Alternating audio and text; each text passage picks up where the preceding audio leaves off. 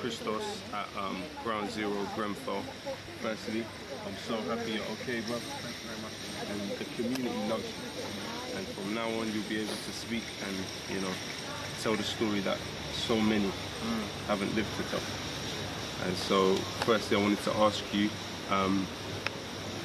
where were you when you first became aware that Grenfell Tower was on fire?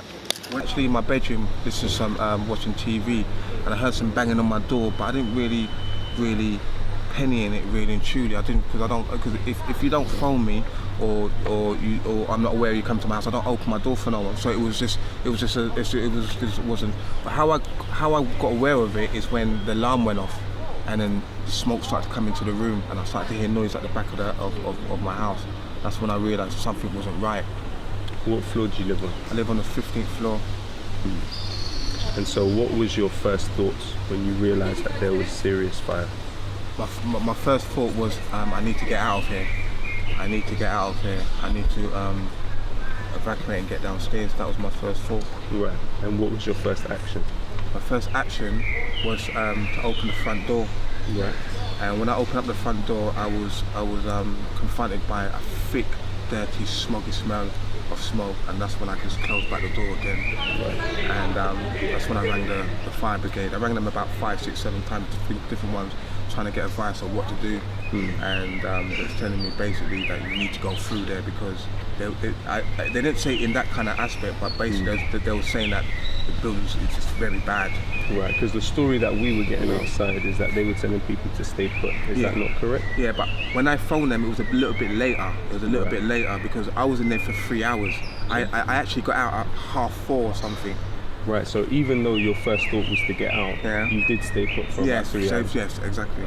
How come? How come? Because I didn't realise exactly what was really happening. Right. It's because I was on the phone to my brother at first, and I was saying to my brother, there's something happened, but I'm not sure what's happening. But I didn't think it was. At first, I didn't think it was that major, because even if there was a fire, it's not gonna erupt like how it erupts. You don't see a fire. It's usually like there was a fire in Lowkey Tower, and it was so contained, but you didn't think it was going to go like that. You don't think like that. You really don't think. So during those 3 hours between realising that the building was on fire and exiting the building, what was going through your mind? What was going through my mind is when I realised it was serious, and I need to get out. That's when I had communication with the fire brigade. And basically they was trying to get me out, trying to help me to get out of it, but I couldn't get out. I tried 3 times to get out, but the smoke was so thick. I think the first time I went out is when it was dark, and I tried to get out and I couldn't feel it. I had to go back in, and I said to them, look, I can't see, there's no lights again. Then the lights went on, and I tried again, and I couldn't do it. I think it was the 4th time when I tried, when the whole house was up in smoke, and I had no choice. And during that period, were you looking outside out of the window? Yes, I was looking out the window. And what did you see? When I looked downstairs, I saw police officers, I saw fire brigade. When I looked upstairs, I saw fire coming down. It actually hit me here, you can see. You can see that was a melting of the plastic of it, and it was potent and stinking and smelling. And I can hear people saying, jump, jump. And it's just debris. It's just that was people from outside. Of the block outside downstairs. You to jump. No. I can hear people saying jump, jump. Obviously, they were talking to other people around the building, because obviously it's a big building. Right. But when I was shouting, I was saying help, help, help. And you're the 15th floor, so realistically, jumping would be suicidal. It would be suicidal. But no one was recognising me because I was saying help. I'm stuck, and I'm looking down, and the police were looking at me like that. Like I wasn't. How many other people that were within the building were saying help from the windows? I couldn't hear it. It was just so much commotion. You could hear help, help, help, help. Right. It wasn't like that you couldn't recognise, because at the same time a lot of things was happening. How am I going to get out? I'm being burnt. I was trying to think. It was just when you're in that situation, so much things happen. You just can't take it all in at once. Plus I had an ambulance on the phone as well. Right. I phoned them about 5 times. So that was it. And when you eventually made the decision, so on the 4th attempt to leave, you made the decision that it's either leave completely or it's death. The reason I left on the 4th, I had no choice. Yeah. Is because my whole house got full up with smoke. Yeah. That was it. It through all the vents and all that, because I was stuck in one room in the end, in the back room, because everything else was smoky, and that was kind of saved. Who'd you live with by then? I lived by myself. Okay. So when the house got full up with smoke, and because obviously, as I said before, I was talking to the fire brigade, I had no choice. She said to me to wet a towel, put it around me, and get a wet thing and put it on my mouth. And I said I was talking to her on the floor. And then when the whole house got full up, that was it. I had no choice. So I made a run for it. I took a deep breath and I made a run for it. I opened the door and I went out the door. I felt my way down 15th floor and I was running down the stairs. But it was difficult because of the smoke and everything. Right. So you ran down 15 flights of stairs? Yes, I don't know how I done it. Right. I don't know how I done it. And during those 15 flights of stairs, I estimate, even if you were running at your fastest and there were no interruptions, that would have taken you at least 5 minutes, man. At least 5 minutes. I don't even remember, mate. I swear, it felt quick. Right. And during that process, what was going through your mind? What did you come across as you were going down the stairs? When I was coming across downstairs, all I remember is stepping on things that were soft. And as I got around one of the bends, I fell down, and I would remember specifically it was an Arab man. You could see a lot of hair, long hair and beard, and he was laying on the floor and he was just like that. He was gone. He was gone, and that kind of like shook me up. And it was, and obviously I stepped on other foots and people down, because obviously people who was trying to get at the back of it was like they couldn't cope with the smell, so they fainted, obviously. Did you sense that any of them may be alive? Do you know what, to be honest, do you know what, it was just lifeless. But you have to understand, when you're in that situation and it's a lot of smoke, the atmosphere, everything's just different. It was like I was going through some like foggy thing. The whole it was just different. It wasn't like now, like you feel just everything. It was different. The atmosphere, everything was different, because you got the smoke, you got everything that's different. The voice and everything was different. It was just mad. So, as a young man, you're more physically able than, say, the older or the younger people would have been. Were you to be quite older or a child, do you think you would have been able to make? To be honest, I'm not beating around the bush. The same journey that you did. To be honest, I feel sorry for the elderly and for the children, because even as I said before, even if the fire doesn't kill you, it's the smell and the potentness of the burning of that fire. That is the smoke. My main concern was the potentness of the smell. The potentness of the smell, it was too much. It was like the fire. It was too much. It was potent. So basically, it was just. And so you eventually reached the exit. Well, what happened is when I finally got down, I got down to I think the 3rd floor, and that's when the smoke was a bit less. But by then, I've breathed in a lot of the carbon dioxide, and that's when I fainted. I couldn't feel my arms. It was like I was getting poisoned, and I couldn't feel it, and I just fell on the floor. And that's when the fire brigade came and helped me out. They took me outside, and I got rescued from them. And did you lose consciousness at that point? Kind of. I was in and out of consciousness, in and out. I was feeling myself going, but I think when I got to the bottom of it, because there was fresh air, it kind of helped me a little bit more. And what it was, and then And so at that point, they took you outside of the block. Were you conscious that you were outside? Yes, I was conscious by then, but I was very, very dizzy.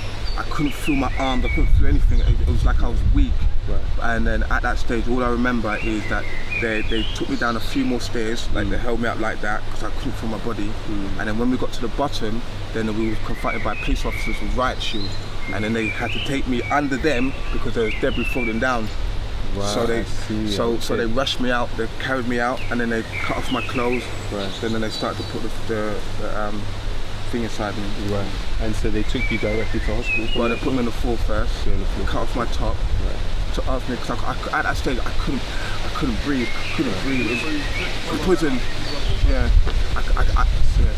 I couldn't breathe. I couldn't do anything at all. I felt weak. As I said before, I couldn't even lift up my hand. I couldn't breathe. It was just mad. Obviously I was poisoned by them for the potentness of it, and that's when they took me to the hospital. Obviously, it's a very hard question to ask, and possibly it's impossible for you to really be able to know. But in terms of you coming across what seemed to be dead bodies on the stairs down, would it be possible to know how many or to know the identity of them? No. The only reason that I remember that one face is because when I got round the bend, I tripped over him. Yeah. And when I tripped over him, when you're low on the floor, there's less smoke. Right. So I actually saw his face, like the tape of his face, and that kind of. And I just got up and I just ran downstairs, and it was just. But I know it was bodies. I'm stepping on it. It was soft. Yeah. At first, I thought it was. I thought it was at first. I thought it was the pipe of the fire brigade going into each thingy, but it wasn't. I'm telling you, I know.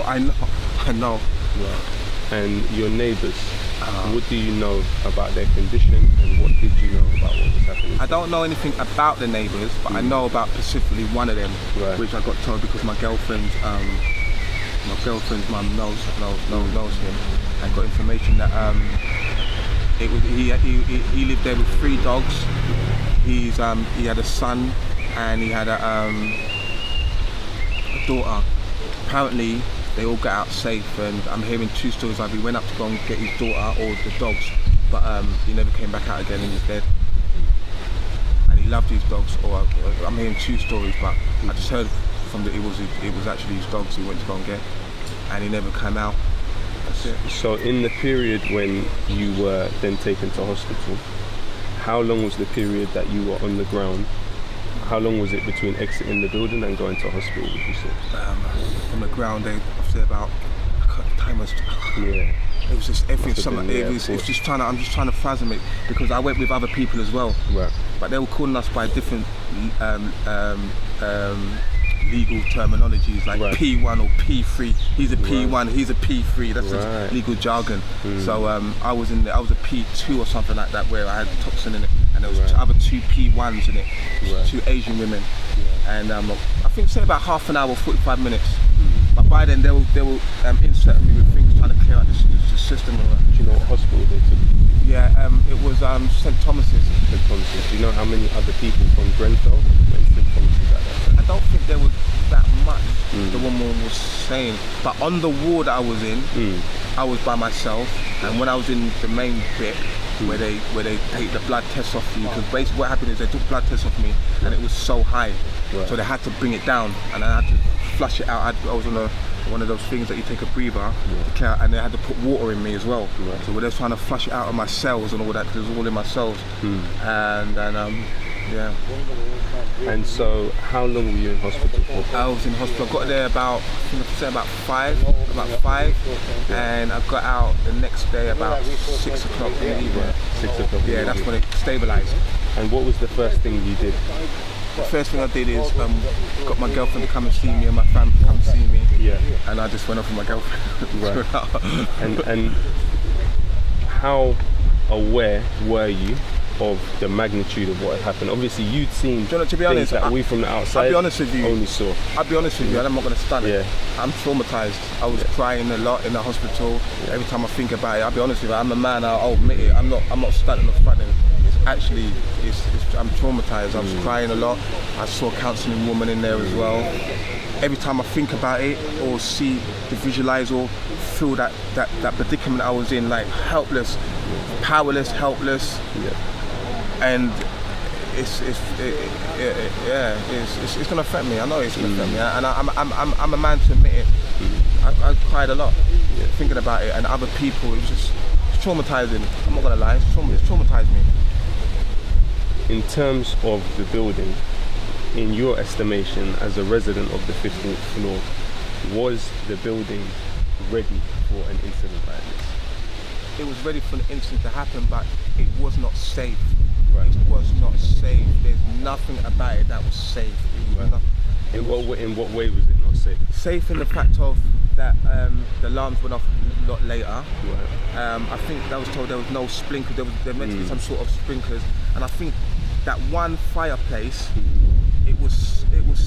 there's only one exit out, which means that the people who lived in there have to get out, and plus the fire they had, and in an incident like this, they would have been catching each other. There had to be other exits. Right. That's it. It was, and the way it burned as well, it went up. So it was ridiculous. It was like it was pre-planned or something not right here, and I'm telling you. Do you think the cladding played a part? Because this is something that the media Very much, yeah. The cladding, I got told there was foam in there, but it burnt up so quick. It wasn't right. Right. And the Grenfell Action Group obviously were drawing the TMO and Kensington and Chelsea's attention to this issue, saying that this building is essentially a death trap. People will have to die in this building for people to be cognizant of what they've done, and how the structure has that it's not prepared for these kind of incidents. Would you agree with that statement? All I would say to that is the proof is in the pudding. You can see it. Right. You can see it. And in terms of responsibility and accountability for this terrible, terrible disaster, where would you at this stage lay responsibility for it? I think it's personally it's for the construction of the people, but the other organisation that let people live in there. I think everyone's got a part to play within that corporate sector at the end of the day, because I think it was more to do with money and etc. And that's what basically for me. I think everyone's responsible. Everyone's got to play a part in it in the corporate sector. No one can pass the blame, because that's what it seems like. Everyone's passing the blame on, saying, "Oh, it's just no." Everyone's got to take responsibility for the action and take responsibility, because everyone. It's everyone. I'm blaming everyone. In terms, do you think people that have been exposed to this terrible situation should be compensated financially? I think more than compensated financially. Money is not going to make you feel better.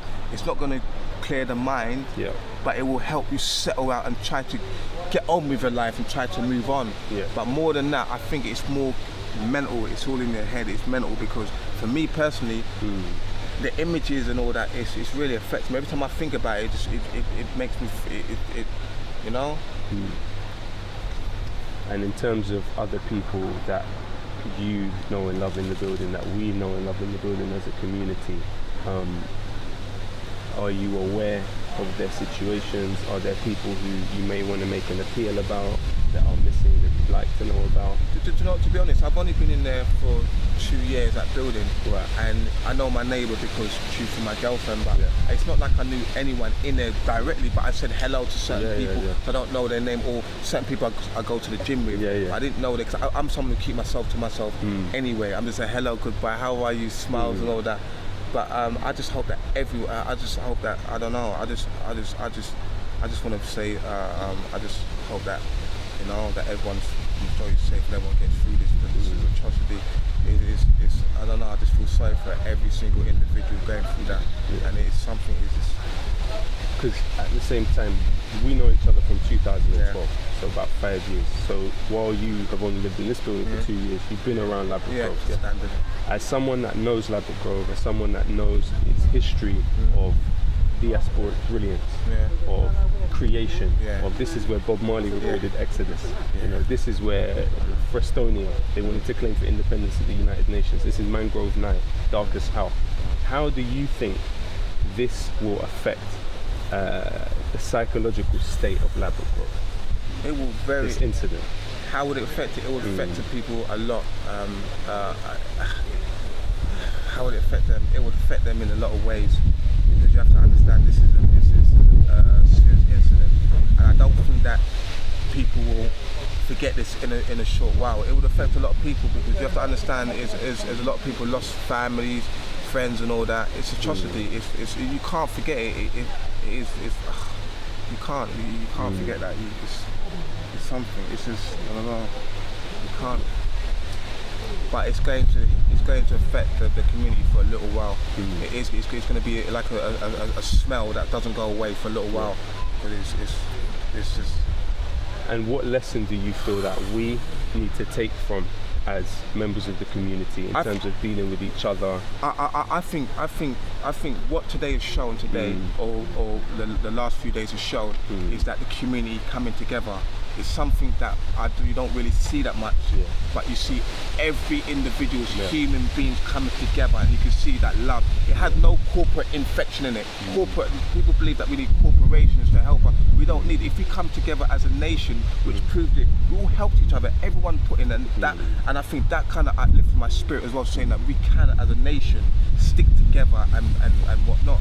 And I think that anytime that we feel that we're in a situation where we believe that our life's in danger as a community, we need to pull it onto these corporations and make them know, listen, look, no, we're not going back. You have to deal with this. We have to start making claims against them and making them liable for their action before it happens, because we can't just be in a situation and say, oh, watch when it happens, and you see it, and it happens and whatnot. No, we can't have another one of these. We need to stamp it out ASAP, and we need to make claims against these and make them liable, because they don't care about us. It's about money, business and whatnot. We're just residents, we're just consumers. You don't have, we're just name and numbers. We're human beings, we're spiritual beings. So for me, we need to out it straight away. Are you also aware of the Silchester regeneration plans? No. So the plans that the council have had for about a year and a half now have been to knock down everything between Ladbroke Grove Tube Station and Westway and replace them with properties which are worth a lot more, which are possibly more ethnic cleansing. That's been going on for a very long time. That's what they're trying to do. They're trying to get people out of London to countries where they can make this into a corporate place. Do you think this incident can be weaponized by them? So one way of looking at it is they can turn to the rest of the people that live in the tower blocks and say, you don't want to happen to you what happened in Grenfell, therefore you should support us knocking down the tower blocks. Do you think that's a possibility? No, because it has nothing to do with the buildings that are unsafe. It has the fact of how do you protect it and what you can do. You can have building blocks. There's nothing wrong with building blocks, but it's how safely you can do it at the end of the day. Because for me personally, if I was to build that block there, and I put money into it, I would make sure that it's safety, so I don't lose that money. So whoever built that knew that it was unsafe, and they insured it. So whatever happens anyway, they make money both ways. That's what I believe, because it wasn't safe. Well, thank you so much for talking to us. I'm so glad you're okay. Cool, my brother, man. The community loves you, man. Yeah, man. One love there, one as well, man. Cool, my brother. Nice one. Thank you. Nice one.